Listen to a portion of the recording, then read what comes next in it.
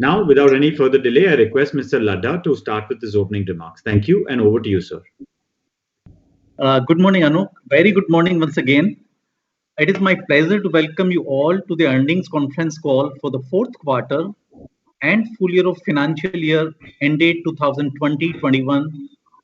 Firstly, I hope that you and your family members are healthy and keeping safe in this pandemic environment.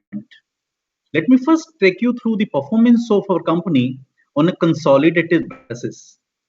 The net sales for the quarter 4 was rupees 820 crores, which was 6.5% growth from last year's quarter 4.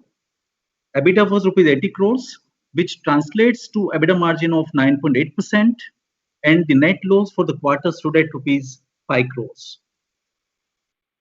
For the FY21, the net sales was rupees 2,567 crores, EBITDA was rupees 285 crores, which translates to EBITDA margins of about 11%, and there was a net loss of about 15 crores. As we all know, that FY21 has been particularly a difficult period for the business environment due to the COVID-19 pandemic. The fourth quarter clearly marked a change in business sentiment as unlock measures gathered steam and rollout of vaccine appeared imminent. I'm happy to report that in the fourth quarter, operations across our all three business verticals returned to normalcy. I would also like to highlight that the company is committed to well-being of all the stakeholders and have undertaken various initiatives under ESG, Environment, Social and Governance framework during the year. Businesses have worked on deploying facility environmental module and facility social labor module for management of raw material, energy saving, water conservation, emission control, etc.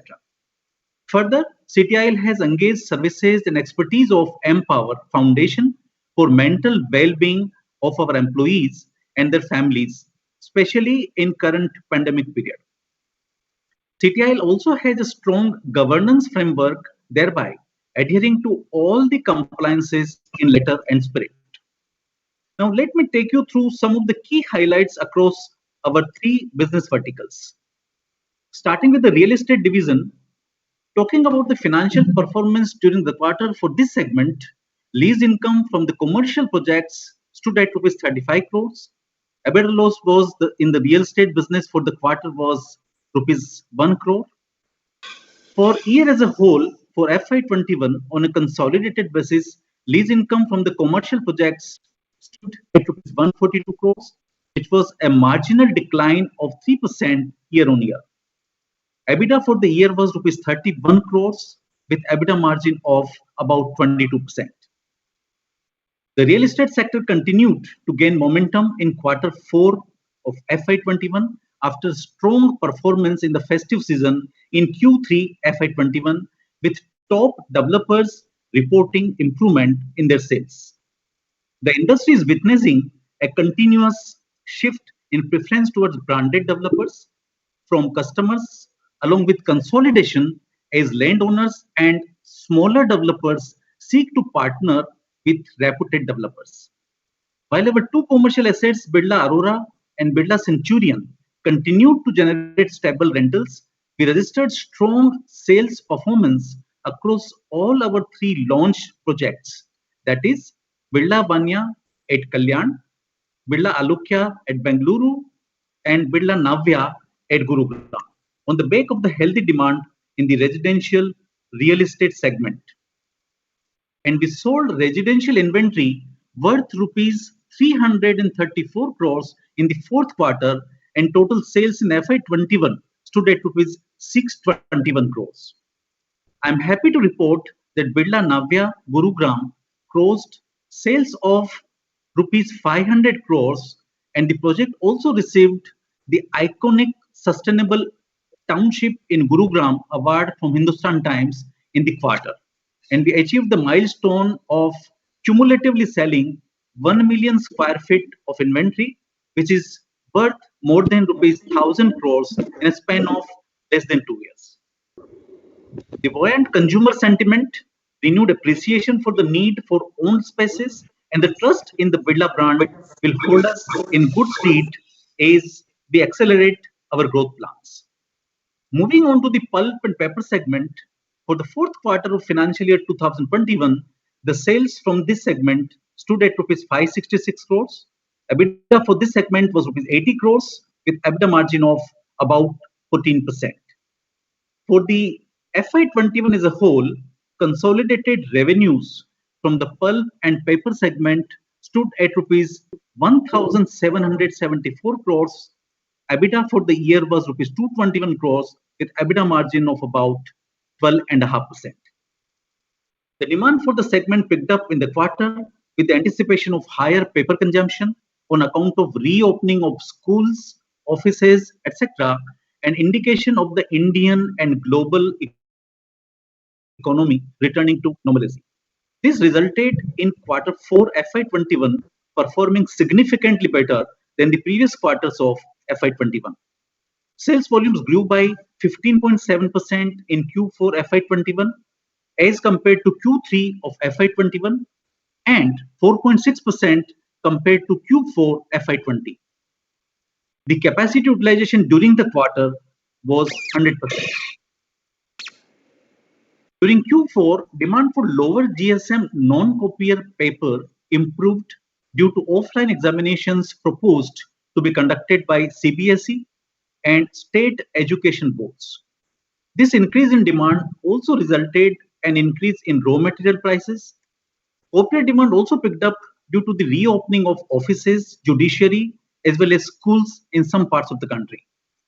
Copier purchases were made by the traders in the market with an intent to build up channel inventory levels. Consumption of tissue also saw an uptake due to the reopening of major consumption centers like cinemas, restaurants, etc. However, export business got negatively impacted due to disruptions in supply chain and logistics services, which primarily increased freight charges and created scarcity in container availability. Order flow for packaging board increased from pharma sector as compared to the previous quarter, as OPD services in this country reopened and demand from FMCG sector was also positive. Other products under this segment, that is wedding cards, book covers, cup bottom, and cup stock also saw a slight improvement for the first time during the financial year. In the international market, there was a sharp increase in the soft wood pulp prices in this quarter. As a result, paper manufacturing costs went up. Finally, I'm happy to report that the new tissue plant has been commissioned in March 21, which is having a capacity of 36,000 metric tons per year. And this means that our tissue manufacturing capacity has gone up by 100%. Now we have total tissue manufacturing capacity of 72,000 metric tons per annum. This will help in driving good sales growth in FY22. Although the medium to long-term outlook for Indian paper industry remains strong, the second wave of the mutated COVID-19 virus can affect demand in the domestic as well as global market. Now let's move on to the textile division.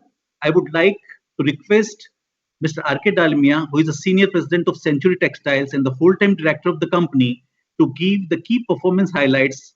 Over to you, Mr. Dalmia. Thank you, Mr. Ladda. Good morning, ladies and gentlemen, and welcome you all to this earnings conference call of the company. Talking about the financial performance for the quarter, which cannot be compared to the previous years due to ongoing pandemic. Our sales stood at rupees 200 crores with a loss of rupees 9 crore, and for full year revenue for the textile segment stood for 582 crores with a loss of the year standing at 48 crores. I am happy to report that overall business environment and production across India returned to the normalcy, driven by healthy demand in retail, domestic and international markets. Supply was lower than demand, causing inventories to decrease and subsequently increase in order booking. We witnessed strong demand in US for home linen, which led full capacity utilization to this quarter too. The apparel business order booking was also good throughout the quarter, leading to 100% capacity utilization. However, the sharp increase in yarn prices led to the margin pressure.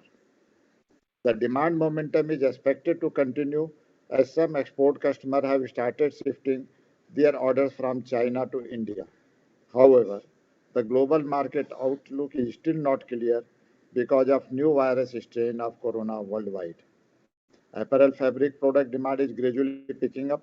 However, disproportionately increase in raw material prices, mainly yarn, cannot be fully passed on the fabric customer. Hence, margin is under pressure. Our current product mix is now more focused on sustainability, having innovative finishes to cater to the market once domestic and international market reopen in full swing. Now I hand over the call back to Mr. J.C. Ladda. Thank you. Thank you, Mr. Ladda, Dalmia. over to you. To conclude, as we see surge in the COVID-19 cases due to the second wave, our utmost priority is the safety of our employees and stakeholders. We can only hope that the situation improves sooner than expected and the vaccination drive gives some respite. It is difficult to predict the gravity of the impact on businesses and sectors today, but we can only hope and pray for the best. With that, we can now open the floor for the question and answer session. Thank you very much. Thank you very much, sir. We will now begin the question and answer session. To ask a question, please click on the Q&A icon and click on the Submit Request button. When it is your turn to ask a question, an operator will announce your name, unmute your line so that you can interact with the speakers. If you wish to ask a question on chat, you can type your questions in the text box and disable the Request to Talk slider. Then click the Submit Request button, and your question will be picked up during the Q&A session by the operator or the presenter. And for audio participants, you can press star, then 1 to ask your question.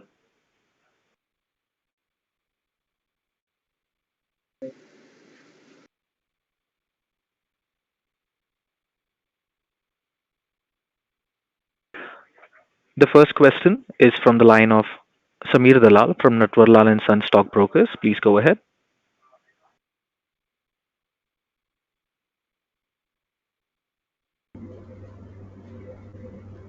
Mr. Dalal, may we request you to please accept the prompt on your screen to ask your question?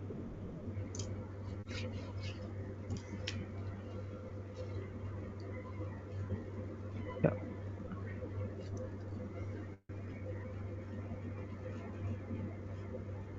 Mr. Samir Dalal, you can go ahead with your question.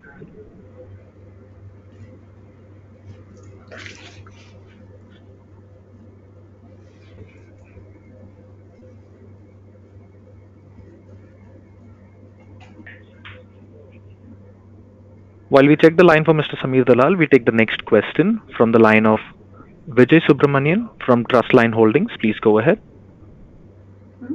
Vijay.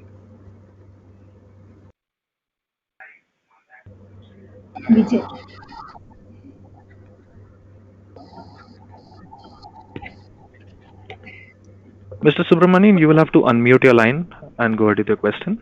We can't hear you. Yeah, sorry. Thank you. This is Vijay from Trustline Holding. My question is regarding this. You have increased the capacity of tissue paper from 36,000 tons to 72,000 tons. Now, is the demand enough that you will be able to fully utilize this capacity, or it takes gradually over a period of time? I also like to know how is the tissue paper prices, and do you see any structurally good thing happening over there, and also about some color on the import threats? Hi Vijay, morning. This is JP Narayan.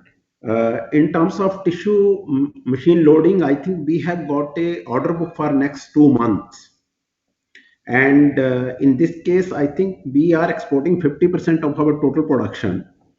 And we don't see any issue, especially the tissue loading of this machine, because this market, especially in virgin grade, is growing at the rate of 15%. And with the awareness the personal consumption, especially the consumption in home sector, has gone up during the pandemic, during this pandemic, and we are anticipating that this demand will jump further in future because away from home is little dormant right now. Still, the order book is good. Once the away from home segment will open, the demand will be further bullish. On tissue prices, right now the international pulp prices are very high. Softwood prices are in the range of $1,000 per ton. So till the time international prices of pulp will be higher, the manufacturing cost in the other country will be very high for the tissue, and it will give a good leeway for us to export the tissue at a higher realization. For future outlook for the tissue, we are quite optimistic that the future outlook of the tissue, especially in this country as well as in the international market, will be very good. So we don't see any loading issue on this machine, and we are anticipating that next 4 to 5 months we will able to load this machine 100%. Excellent. Thank you for that. Can you give some outlook on the pricing? How is the pricing of the tissue paper? Right now, the BJ pricing of tissue is very attractive. We are on the EBITDA margin of in the range of 24 to 25%, and it is in the range of above 70,000 rupees per ton right now. So it's going good because it's proportionate to the softwood pulp prices, because in tissue manufacturing a lot of hardwood as well as softwood is being used. Okay. Thank you, sir. That's my questions. Yeah. You're welcome. Thank you. We take the next question from the line of Venkat Samala from Tata Asset Management. Please go ahead. Hi. Thanks for the opportunity. Sir, if you can start by helping us understand how the capacity utilization levels across the different segments are at this point in time, and have you been impacted to an extent by the second wave regulatory norms, whatever restrictions could be imposed by the local or the state authorities at this point in time? Sir, first question, that the capacity utilization in all three segments, I think tissue we are operating at 100%, old machine at 100% and new machine at 70%. So putting together in the range of somewhere 75%. So, and board, especially the packaging segment, we are operating at 100%.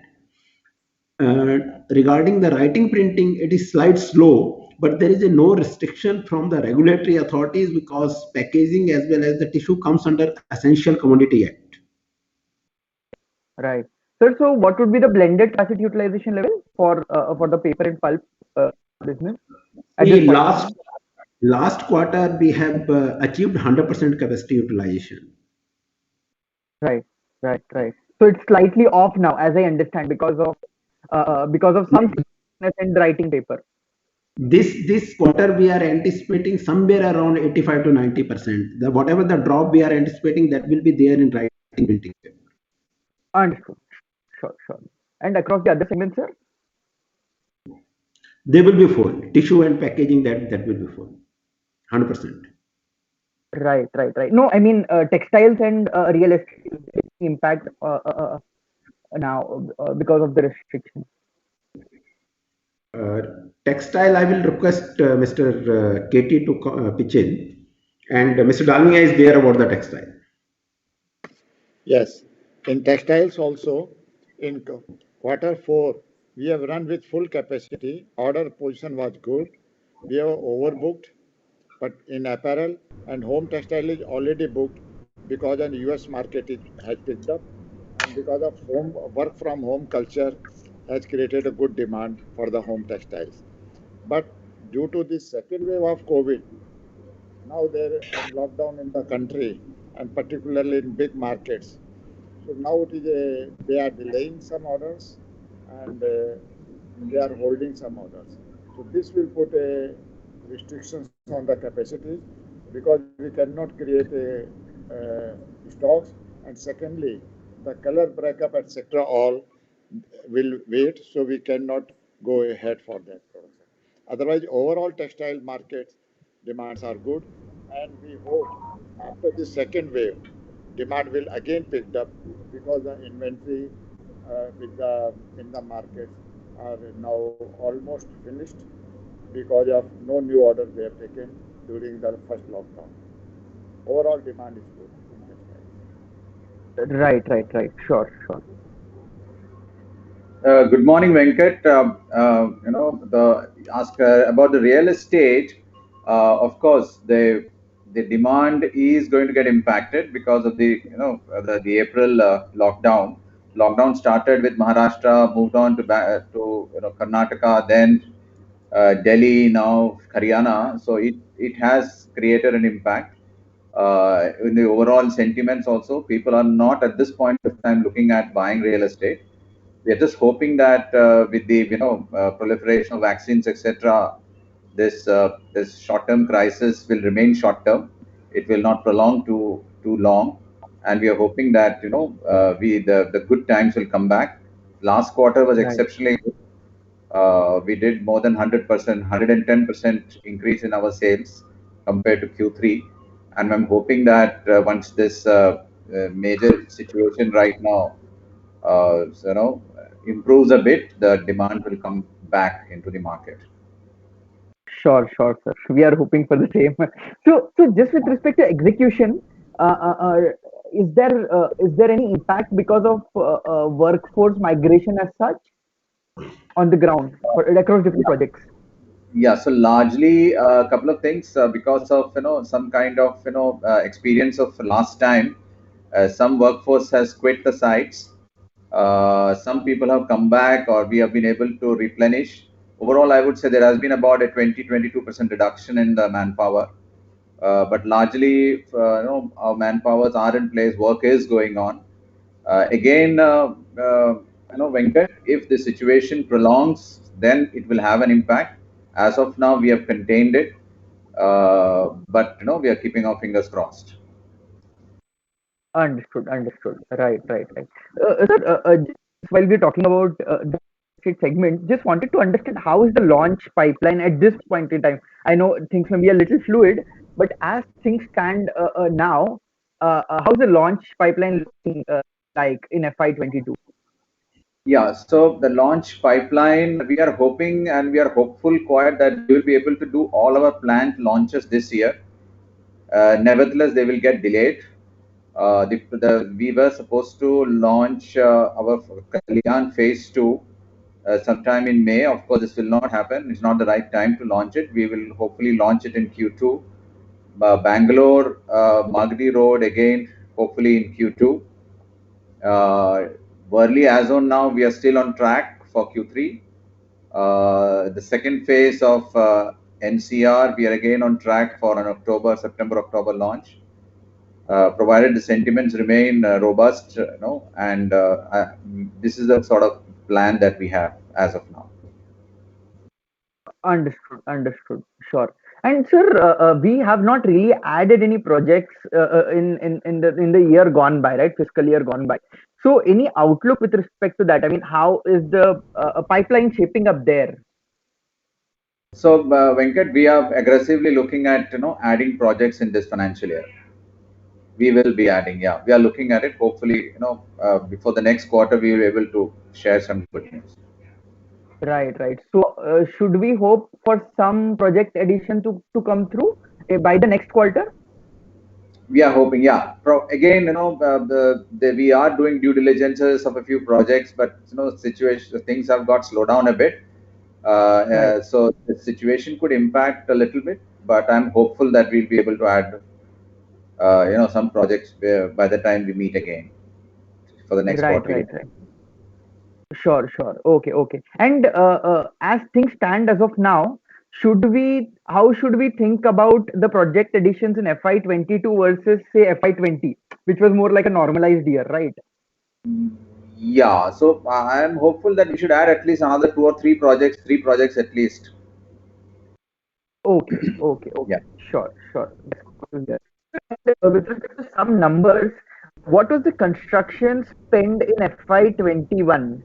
Construction plus approval. Yeah, so I don't have that number offhand. So I will have to circle back to you. Offline, I can give that number to you. Okay. Sure, Yeah. sure. And one last question. So, specifically, this is about the textile business. So, just wanted to understand how much integrated are we, and to that and to what extent do we have exposure to increase in the yarn prices? We are fully integrated. We have the spinning, then we have our own weaving, and then chemical processing and stitching also of the home textiles. Right, And the yarn prices has also affected us because the yarn prices have increased by 40%. But it right. is very difficult to pass on entire increase in a particular in 2 3 months. So 25% we could pass on, so still 15% remain there, which will be passed on hopefully by next quarter. Sure. No, but I'm just trying to understand if we are fully backward integrated, why are we facing margin pressures? Because then for us, the large part of the input would be cotton, right? Rather than yarn. Yes. Yes. In the yarn capacity, we have around 60%, and some specialized yarn like hundreds count and all, we are manufacturing inside, but then other yarn we purchase from outside. Spinning, we can meet our production of the weaving around 60%. That's why Okay, we okay. are Okay. So our vertical integration is around 60% level, right? 60% Of the on total spinning, requirement. 60% on spinning, and 60 70% on loom set. In processors house, we have 100% capacity. So we are Understood. processing our own entirely, but we are outsourcing yarn as well as fabric also, gray fabric, and then Right, process right, our. right. So And quarter on second quarter, we also, witnessed. yes, and further to add, the cotton prices has also increased, and now the demands are more of organic cotton and Pima and Egyptian. Their prices of cotton has increased considerably. Even organic cotton are in short supply, and there is a huge premium on this organic cotton. And now all the businesses, the customer wants in USA on inorganic cotton, even in India also. So this has also put a lot of pressure on the margins. Right, right. So how should we expect this margin, this quarter margin, sir? I mean QOQ, because Q4 versus Q3 margins have dipped, right? So how Right. should we think about margins in the current quarter and maybe Q2 as well? Because I think slowly as a new contract would be coming for renewal, you would be Yes. gradually passing on the cost increases, right? So I'm just Right. trying to understand how would Q1 and Q2 margins look like? Q1 margin, if this continues second wave and markets continue to under lockdown, quarter one, this quarter one of this financial year will also affected to some extent. But if markets and after in Q2, we hope by June everything should be normal and the second wave will also subside. So we hope the market, this lockdown will also not be there. So we hope a good demand because pipeline is already empty. So there is a good demand and price increase will be also there. Right, right. So should we expect by this year end or maybe H2 of this fiscal year, if the impact of second wave subsides and obviously there's no third wave, so should we return to normal margins that we witnessed in say before? I mean in H1 of FY20? Yes, I am expecting better than that Okay, after this because the demand will be there. Then we will be able to increase the prices also. understood. Thank you, sir. Thank you. Thanks a lot. I'll Thank join you. back Venkat with you. All Snail the best. here. Yeah. Hello, Venkat Yes, sir. Snail Yes, here. sir. Yes, sir. Circling back to the question you asked, our project development cost last year, which consists significantly of the construction cost, was around Right. 188 crores, and our collections were 154 crores. Right. Sir, does this include any approval costs, etc., that we would have Yeah, so the incurred? project development cost would include some of the approval cost. If you want, I can give you a breakup out of this 188, but I can only say significant part would be the construction cost. Right, right, right. And what is the expected approval cost which is to be incurred for Worli, sir? I mean, pre-launch. Pre-launch roughly, I think it would be around 400 odd crores. KT, am I right? Yeah. So pre-launch, yeah, there will be a lot of costs and premium, etc. So we are expecting 470 crores or thereabout, about 500 crores. Right, right. And large part of that would be spent in FY22 only, right? I mean, Yeah. So all is coming to spend in FY22. right, right. Sure. Okay, sir. Thank you. Thanks a lot. Wish you all the best. Thank you. Thank you. The next question is from Samir Dalal from Natwarlal and Sons. He's posted a text question which says, on the textile business, uh, he says, I would like to ask a question on the textile business. Don't think, okay, you can ask the question for me. Want to understand why the sales in textile business is down and the rest is incomplete. So, yeah, the question is why the sales in textile business is down. In the last financial year, the sales were down in the textile business because of this lockdown, and market factory was also closed since 22nd March 2020. And we have opened it in the second week of May when the government has given the permission to run the factory. But worker shortage and all, we could not reach the entire production capacity. And even the market was also not opened up, so demand was less, and that's why our revenue turnover was less during the last year. This year, we are hopeful that we will achieve better turnover, and we will reach on the original turnover of the previous year, even the better one. Is it okay or? Right. Thank you, sir.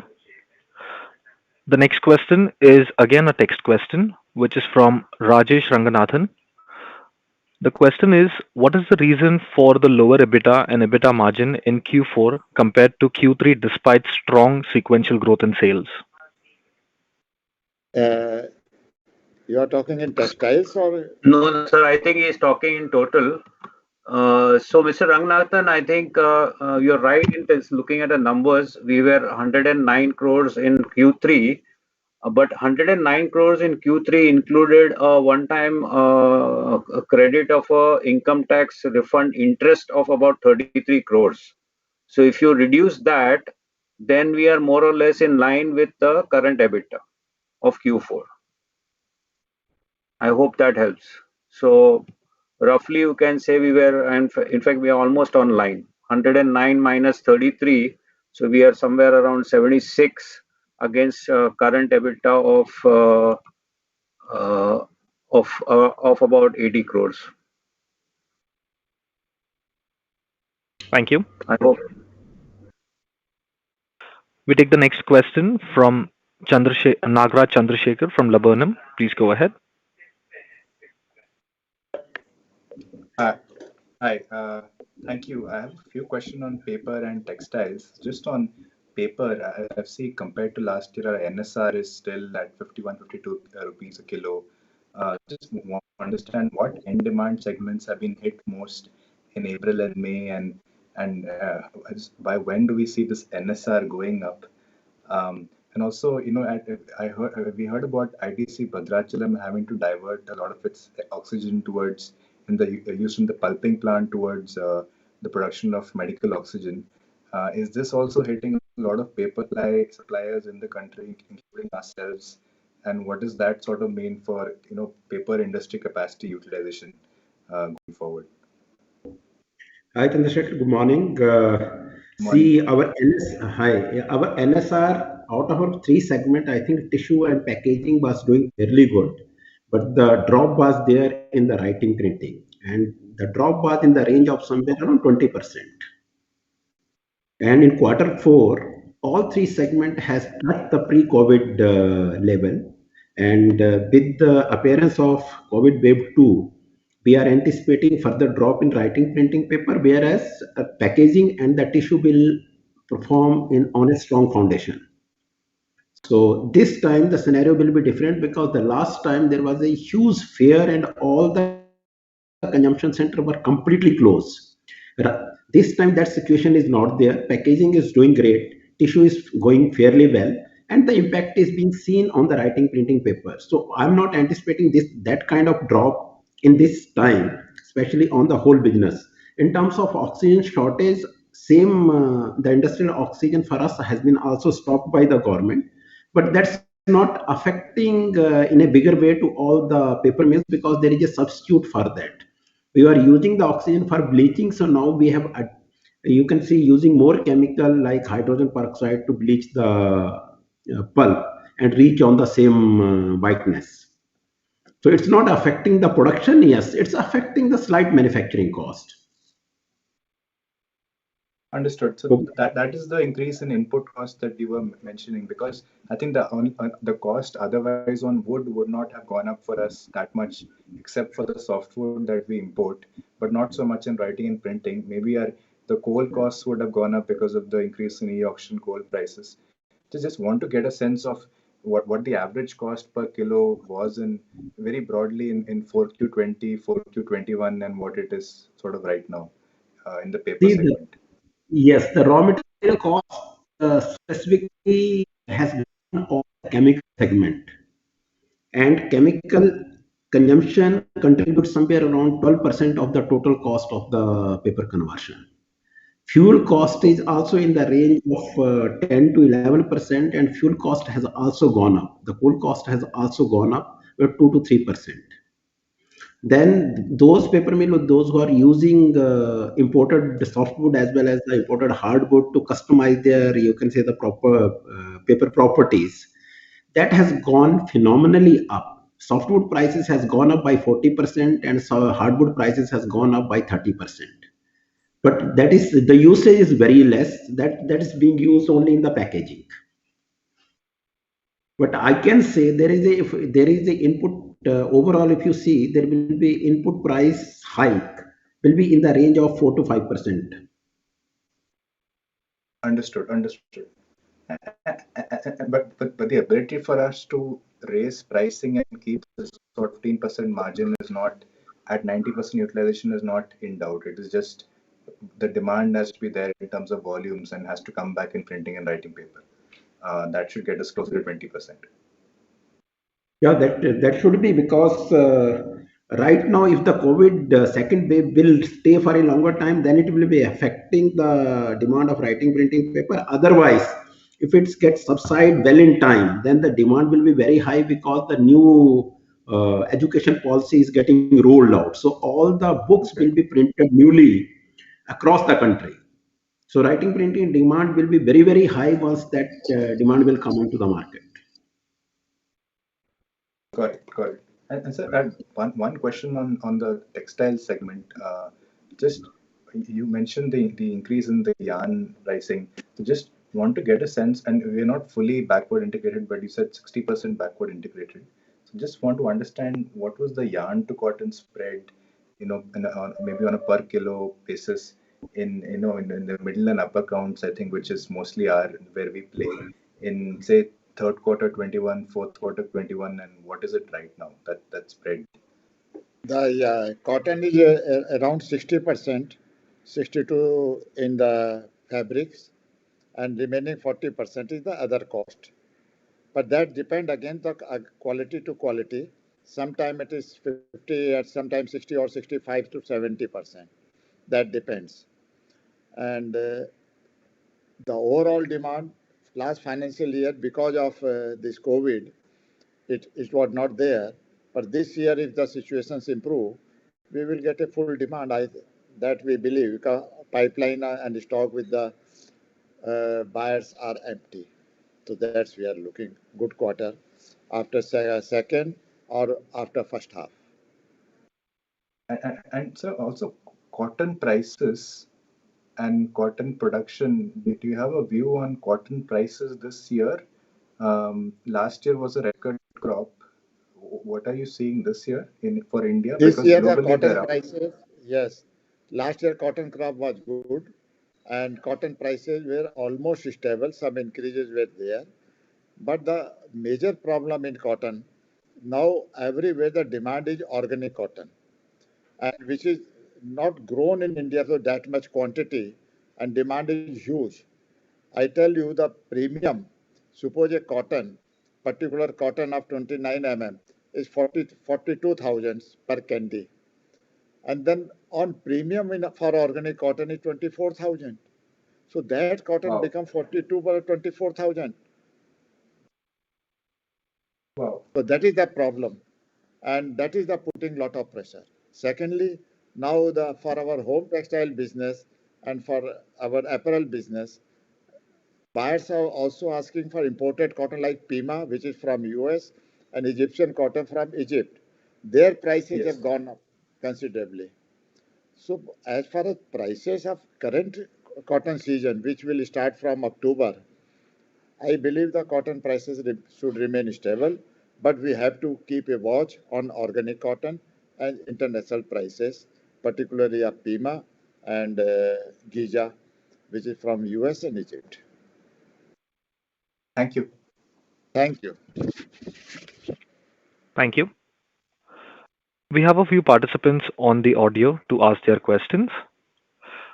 We take the question from the line of Giriraj Daga from KM Visaria Family Trust. Please go ahead. Hello.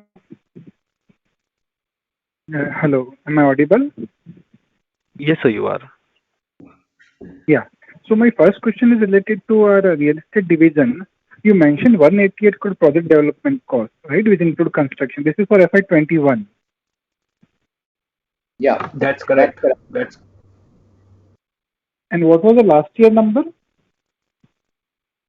no, this is last year's number. FY20. Yeah, we'll have When to I say come last back year, to I you. mean like FY19-20. Yeah, we don't have that number, immediately. We'll have to come back to you on that, Giriraj. Okay. And the question related to this only, what will be the construction cost and development cost next year, FY22? Yeah, we'll have to come back to you on these, detailed figures. We are looking at almost 1,100 crores of, cash outflow in terms of construction cost and approval cost for the coming year. Okay. One suggestion on that line, if you can include these numbers in the PPT, since many of the other real estate companies do that in terms of construction cost and development, but they include in the PPT. You can also do from next quarter, that would be really helpful. Okay. Second query is related to my second query is related to cash collection.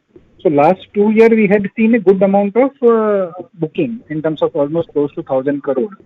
But when we obviously look at collection, it is relatively muted so far. It's as you know, like 250 crore in combined 2 years.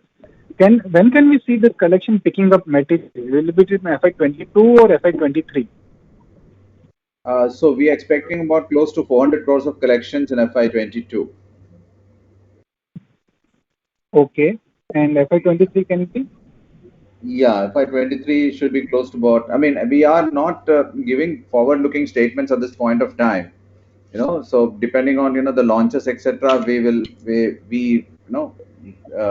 come back to you on that. As of now, these forward-looking statements, I don't know whether it can be given these calls, but depending on how many launches happen this year, we'll figure that out. Okay. Just my last questions on the textile and the paper side. Of textile first. Have you seen the worst of the spread in the Q4, or it can hit in the Q1 also? It is too early to say how long this lockdown will continue. That we have to watch. That depend on that. So I'm actually looking at the spread, like your cotton prices, finished products minus your yarn prices. Yeah. So I agree that the volume would be low, we will be making lower money. But has the spread hit the bottom, or spread might also compress further in Q1? In Q1, we will have a hit, but hopefully in Q2 we will be able to get a better price and recover. It will be able to recover it. Q2 should be better. Last thing on Okay, thank you. Last thing on the paper side, like if I had to look at on a FY20 to FY22, do you think we can be able to reach FY20 performance in paper in terms of volume side of it, or that looks difficult as of now? If the COVID second wave will get subside within next 2 to 3 months, definitely we will match with that volume. But if it get prolonged, then there will be impact on writing printing paper. Okay, understood, sir. Thanks a lot for my side. Thank you. The next question is from the line of Sanjeev Mota from BNK Securities. Please go ahead. Hello, good morning, everyone. I had 2-3 questions. One was a clarification. This was regarding your tissue paper. So you said that you'll go to 72,000 tons this year, and by the, I guess, second half, you're talking about 100% capacity utilization there. So shall we assume, let's assume that the prices remain where they are. Should we assume that for the entire 72K, we can do the similar EBITDA margin as we are doing now? Not exactly, because right now the international pulp prices are at the higher side. But we are anticipating that it should get stabilized somewhere around $750 or $800. Right now it is selling somewhere around $1,000. So the tissue prices are based on that. If the international pulp prices will fall by $200, proportionately the tissue prices will also come down. So what we are anticipating, it will be somewhere in the range of 63 to 65,000 rupees per ton. Right now it's at a higher side. So that will be the stabilization bench for the tissue prices. It's based on so the margin instead of 24%, what you are saying currently can come down to 21%? EBITDA margin will stabilize in the range of 21-22%. Right now, yes. Right now it's 24-25%. It should get stabilized on 21-22%. Okay. Second thing on the leaves side, so we made, we didn't have much of a drop last year. What are you seeing on the collection right now? And are there any renegotiations coming up, or are you actually seeing some renegotiations happening on the lease rental? I didn't get your question very clearly. Is the question for real estate, JP? It's for real estate. Okay. Yeah. Okay. KT, you can take up. Yeah, Sanjeev, can you explain your question again, if you don't mind?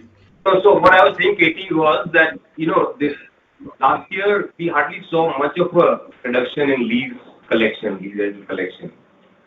In terms of what I'm saying, see any renegotiation? Yeah. See push.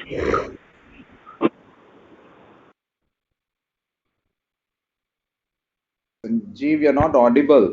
Can't hear you. So KT, what question was that there is whether there's a renegotiation of lease rentals. The lease rentals had come down slightly. So the question was largely on that. Yeah. So what I'm saying is, are you going to see this year any major renegotiation? Again, Sanjeev, this is sort of a rhetorical question. Totally depends on how this, current lockdown prolongs, how the whole thing unfolds. As of now, I don't see that, but we can't rule it out. I would suppose to think that we have settled all that, negotiations, agreements last year, and I'm hoping that there will not be any more such, agreements. But totally depends on how the business environment unfolds. Right. Can't really put a finger on that. You were supposed to have one of your group companies, the lease was getting over. Has that been renewed or? No, I think we had Vodafone, which was having 5 floors in Birla Centurion. They have reduced it to 3 floors. We have renewed the lease for the 3 floors. 2 floors they have vacated. That happened in last quarter. That happened at the end of December. Right. There has been no other, all other leases have been renewed, including of Vodafone for 3 floors. 2 floors, of course, they are vacated. Sure. Thanks. And last question on debt side, Snell, maybe you can answer that. So what is the peak debt that we are expecting? So last year you brought down the debt, but this year, what is the peak debt that we think will happen? And second, is there a debt to EBITDA thought that, you won't want to go more than that? So that's a good question, Sanjeev bhai. I'll just give you kind of ballpark figures. Considering, I mean, what I'll do is I'll probably give you a little aggressive targets of our real estate business for the next 2 years, and I'll give you some sort of a pessimistic number for our what you call it, manufacturing businesses free cash flows. So right now our debt is around 1,000 crores roughly, and in the next 2 years there is an aggressive plan in the real estate business where probably, because some is the carry forward of the last year which we could not do because of the pandemic. So all put together we are looking at roughly around 2,500 crore spend in the real estate business in the next 2 years. That is FY this year and the year after, FY22 and FY23. So this 2,500 minus, I'm taking a pessimistic view of about 500 crores coming from the manufacturing business. So we'll probably require about 2,000 crores additional debt to be raised. So, and that is a peak debt I'm expecting.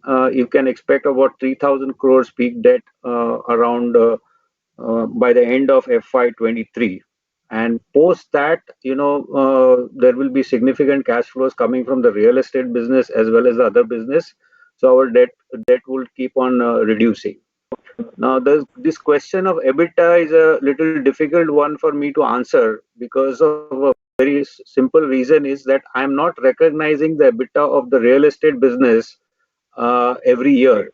It will only be recognized in the year in which the projects are completed. So there will be significant jumps and dips in the EBITDA, debt to EBITDA margins. And even considering that roughly at the peak debt with the current EBITDA's estimation, I would probably be around a level of 5, which would be which would be my peak. I hope that helps you. Yeah, absolutely. Thank you. Thank you. That's it from me. We take the next question from the line of Prateek Agarwal from ITI Mutual Fund. Please go ahead. Good afternoon, sir. Thanks for taking my question. A couple of questions have been answered, but I have few things to further ask. One is in paper division. So, like you mentioned that if the education policy gets rolled out, then the demand could be back for the writing and printing paper.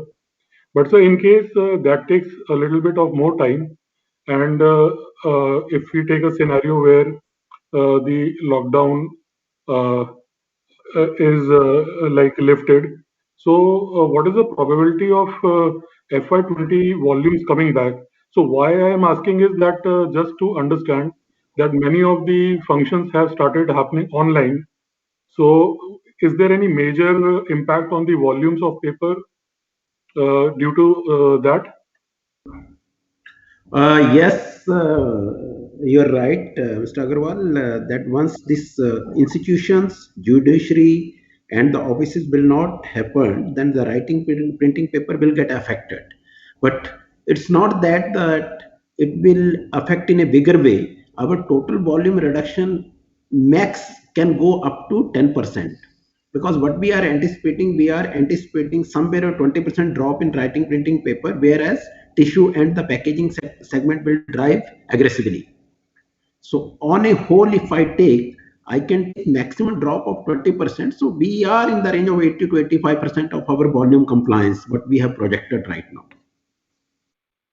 Okay, understood. And like if it goes above, regarding capacity, I'm trying to ask, if things fall out for the positive, so how much capacity increase that can we take above a 4.5 lakh ton that we have as of now? Right now, our new capacity is 4.8 lakh tons because there is an additional of 36,000 tons of tissue. And beyond that, I think it's hardly 1 or 2%, but beyond that, it cannot be stretched. Okay. So that's what I was trying to ask, sir, like in case everything falls out to be positive and education policy comes up, writing and paper volumes demand goes up. So how much that can be catered from a capacity? Is it sufficient? See, quite obvious during that time, the demand of writing printing will be very high because the entire country is changing the entire, the complete syllabus. So all publisher has to reprint the books. The old syllabus will not work with the new policies. So during that time, demand will be quite higher. So what we can cater, whatever the maximum capacity we have, and with the slight change in the product mix, we can increase by 5 to 10%, but not beyond that. Understood, sir. And sir, one a little finer details that I am trying to ask in your packaging division numbers. So that in your presentation, the volume numbers as well as revenue numbers are given. So if I work out the realization, so it is coming out to be 3% drop for the Q4 YOY. And I have been reading in some news articles that packaging paper costs because of e-commerce and pharma are going up. So I'm trying to bridge the gap between these two sets of information. So if you can just throw some light upon that. You are absolutely right because you are seeing the Q4 and during Q4, what happened? We have got a certain commitment with our converters, and those commitments has been locked during the leaner time in Q3. So we have got some rate contract we need to be fulfilled because once there will be a price increase, it takes some time to negotiate with the customer and to take the new price, and we need to fulfill the old commitments and old contracts at old prices. So those has impacted in Q4 and it has now started giving the result in end of Q4 and the Q1 of FY22. Understood. So going ahead with new contracts, is there possibility of a bigger hike because this e-commerce and pharma, all these things are driving the demand for packaging paper quite a lot? We had already taken that and it is showing the result now in Q1 and onward. So we had that hike has already come. It has already taken now. Understood, sir. And just one last clarification on the number of 400 crores approval cost for Worli, I suppose. So just trying to understand that 400 crores is only approval cost and doesn't include any other element in that. Yeah. Yeah. So that is largely the approval cost, the premium cost. It's about 470 crores, which is largely the premium cost we'll be paying. There will be other costs also. All right, sir. So those were my questions. Thanks for answering them and best wishes. Thank you, sir. Thank you. Thank you. We take the next question from the line of Venkat Samala from Tata Asset Management. Please go ahead. Hi, thanks for the follow-up. Sir, with respect to paper and pulp segment, just wanted to understand now that you expect, obviously assuming that the pandemic is not really prolonged, FY22 volumes to be similar to FY20. So when do we expect margins to normalize by? I mean, 20% mark, when do we expect that to hit that range?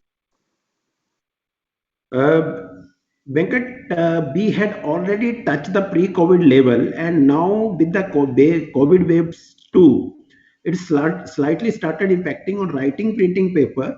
So let's see how long it will stay. But I'm not seeing any impact on tissue as well as packaging. They will be at FY20 level. Right. No, sir, my question was with respect to margins. I understand that with respect to the volumes, the guidance is fairly good and your capacity utilization levels are also good. But I'm just trying to understand when would that translate to normalization of margins?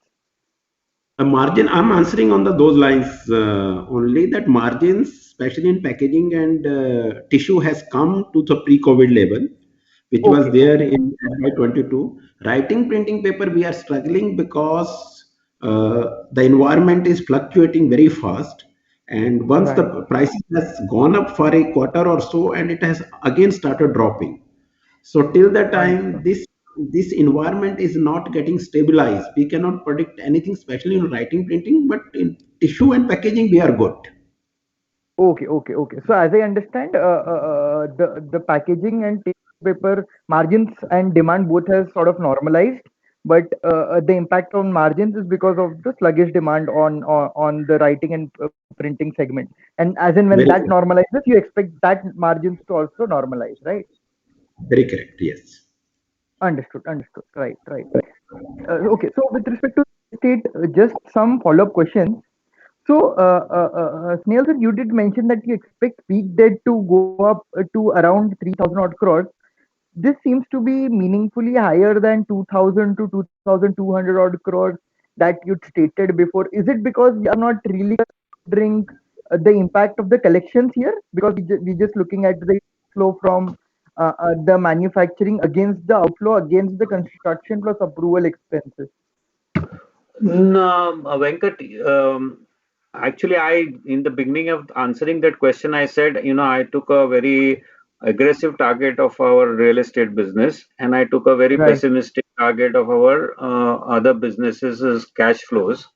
So Right. from that perspective, I gave you, I mean, these are all kind of, as I said, not real numbers, but kind of expected numbers. They can be here and Right. there by almost 500 crores. What has happened Right. from the earlier thing, which I was telling you, was because the entire spend of last year has now, I have actually put them in the next 2 years. So that has Okay. kind of added up the whole thing, which should have normally, kind of spread across 3 years or something like that.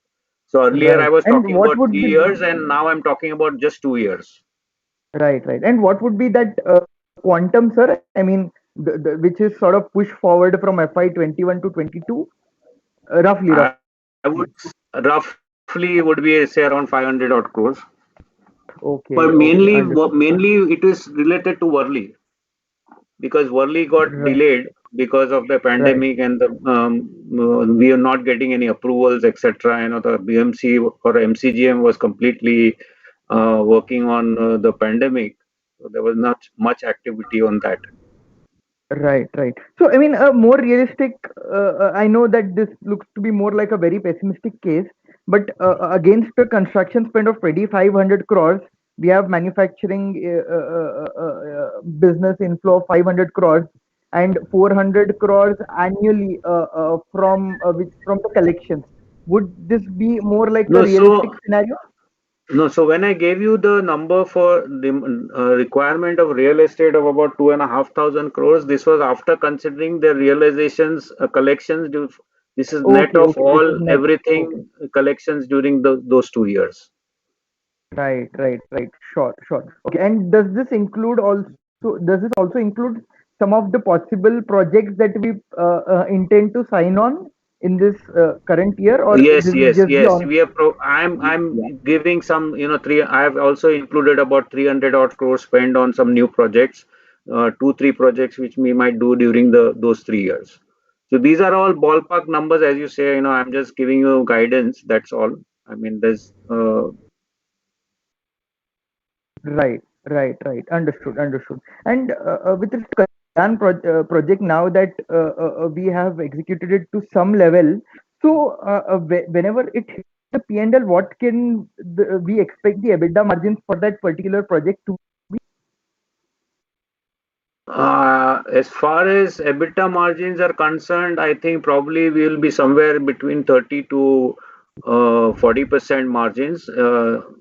Katie can correct me. And IRR, we are looking at a threshold of 20% plus. So roughly, yeah, about 25 to 40% margin is what, EBITDA margins are we looking at, depending on various projects. Right. Sure. And we, as Snail Yeah. sir said, between 30 to 40. Is that right? I mean, because that is your own land, right? The expectation is that Yeah, it will be yeah, sliced. yeah. Yep. True. Understood. Right. And are the collections from that particular project making up for the construction spend for that particular project? I mean, is it sort of a self-financing a project now? More or less, yeah, more or less it is. we may require very few, very little of, construction finance, largely because of the, strong response and all markets so far. We have been largely funding it, from our customer receipts. Our total, construction finance that we have taken so far is only about 30 crores. The rest has all been funded by customer receipts. Right. Okay, so 30 crores is across all the 3 projects, is it? That's right. Of course, the deposits and upfront payments we are taking from CTIL is funding that. I'm largely Right. talking about, yeah. Understood. And Right. So, in fact, just to add, Venkat, of the 2,000 crores that I'm going to raise, almost 1,000 crores is going to be the construction finance, which will be raised by Birla Estates Private Limited. Right. And do we expect the interest cost to be between 7.5 even for that? I mean, for the construction cost that we intend to Yeah, raise? I mean, quite honestly, yes. I mean, we are getting good rates. So, I mean, I would say, and given the current market scenario, we should be in that range. But of course, things might change, and tomorrow RBI decides something else. Then we might feel a little bit of pressure. But I would assume that roughly the borrowing rate between the parent company, that is CTIL, and the construction finance that the subsidiary gets is not more than 30 to 40 basis point. Understood. Right. And one last question: how is the reception to the Bangalore project? I know the other projects have done exceptionally well. So one possible nitpick could be, it is slightly dragging behind the other 2 projects. So anything that you would like to mention about it? I don't think so, Venkat. I think you're not mistaken. That project is also equally done. In fact, in this month also we did very well. It's the highest selling project Right. this month, in the month of April. So, of course, the ticket size is much bigger. It is Right. 2 crores, 2.5 crores. So, it has done very well. Right. No, so the reason that I'm asking that is other 2 projects are close to completely sold, Yeah, right?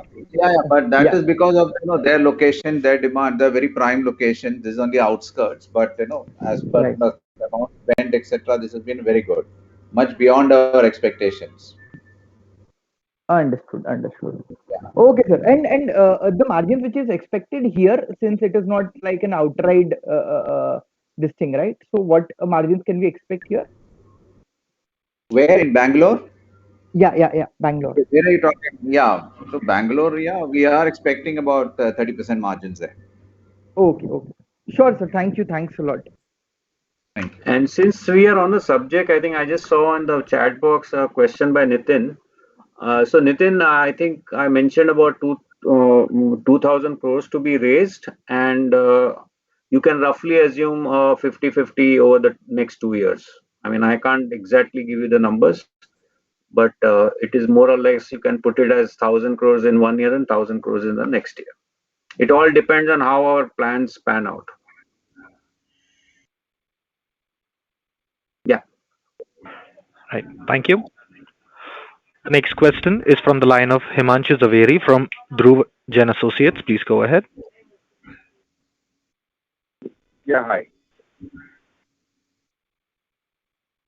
Hello. Yes, sir, we can hear you. Yeah, I just wanted to ask, the Worli project, everyone knows that it's our own land and they're going to have healthy margins over there. But I was just looking at like the kind of plans for the future growth, because if we want to be in the top 3 or 5 developers in the country, then we also have to add a lot of projects all over pan-India in the top 4 markets. And since the last 1 or 2 years, I think we have been pretty slow in adding the projects in the JV model or the outright purchase. So any views you would like to share? And a company like Godrej added 50 million in the last 2-3 years.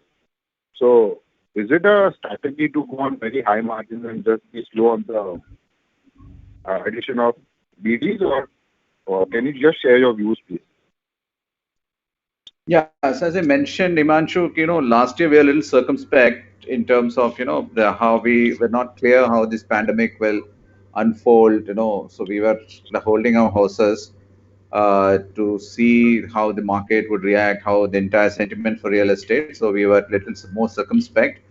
But now that having seen through that, and we're seeing how the real estate market has bounced back, I think we are all gun ho now, and we are looking for the right deals. Of course, we are not going hammer and tong after going after every other deal, but we are looking at good profitable deals with good partners, good profile of our JV partners. We are looking in all the four markets which we have chosen, and we are on the lookout for the right deals. And I am quite hopeful that we should be making a reasonably strong addition to our portfolio in this financial year.